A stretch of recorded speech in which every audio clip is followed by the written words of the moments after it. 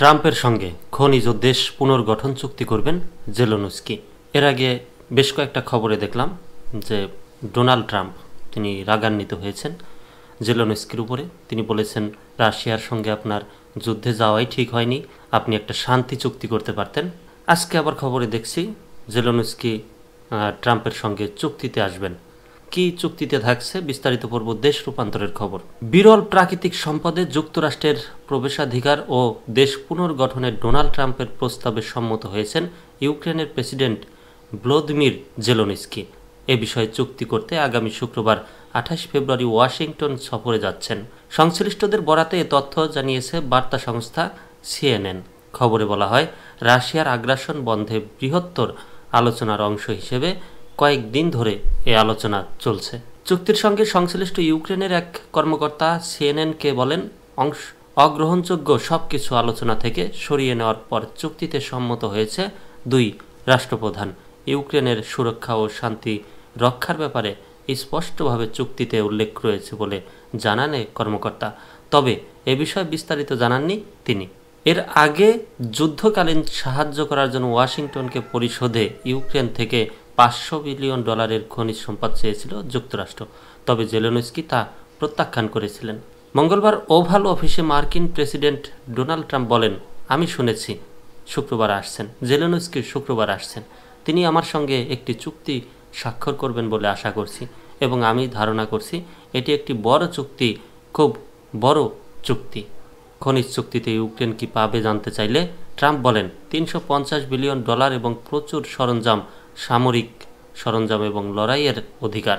Trump সাংবাদিকদের বলেন, আমরা বিরল খনিজ এবং অন্যান্য বিভিন্ন বিষয়ে আমাদের চুক্তি নিয়ে বেশ আলোচনা করেছি। ইউক্রেন নিরাপত্তা নিশ্চিতের জন্য যুক্তরাষ্ট্রকে চাপ দিচ্ছে। কিয়েভ কেবল হারানো অঞ্চল ফিরে পেতে আগ্রহী নয়, ভবিষ্যতে সম্ভাব্য রাশিয়ার আক্রমণ থেকে সুরক্ষা পেতে চায়। উল্লেখ্য, ইউক্রেনে বিশ্বের প্রায় 5% আবশ্যক কাঁচামালের মজুদ রয়েছে, যার মধ্যে অন্তর্ভুক্ত 19 মিলিয়ন টন গ্রাফাইটের প্রমাণিত মজুদ, যা বৈদ্যুতিক গাড়ির ব্যাটারি তৈরিতে ব্যবহৃত হয়।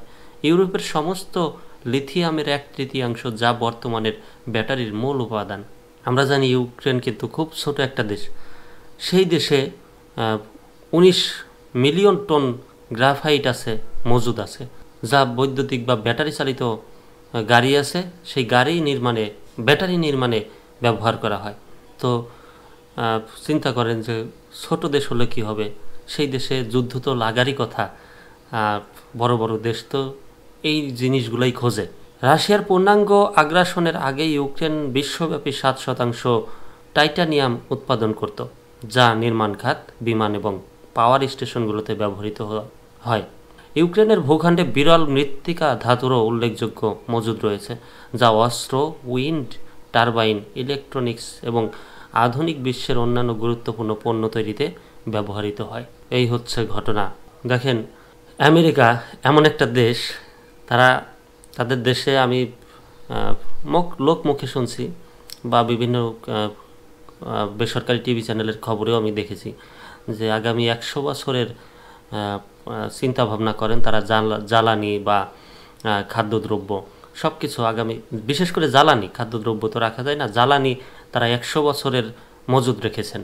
বিভিন্ন দেশ থেকে কিনে নিয়ে তারা খরচ করেন, কিন্তু নিজের দেশের বা ওই 100 বছরের যে মজুদ সেখান থেকে তারা খরচ করেন না। তো এই হচ্ছে আমেরিকা। যুদ্ধ না করেও দেখেন জেলেনস্কির কাছ থেকে তারা কিভাবে যুদ্ধে যে সাহায্য করেছে, অস্ত্র দিয়ে, বিভিন্ন সরঞ্জাম দিয়ে, খাবার দিয়ে। সেই লোন বা ঋণ পরিশোধের জন্য তারা এখন খনিজ দ্রব্য তুলে নেবে বা খনিজ সম্পদে যা কিছু আছে সেই খনিজ সম্পদ তুলে নিয়ে তারা এখন তাদের চুক্তি স্বাক্ষর করবে। এমন বিষয়টাই বুঝতে পারলাম এই খবরে।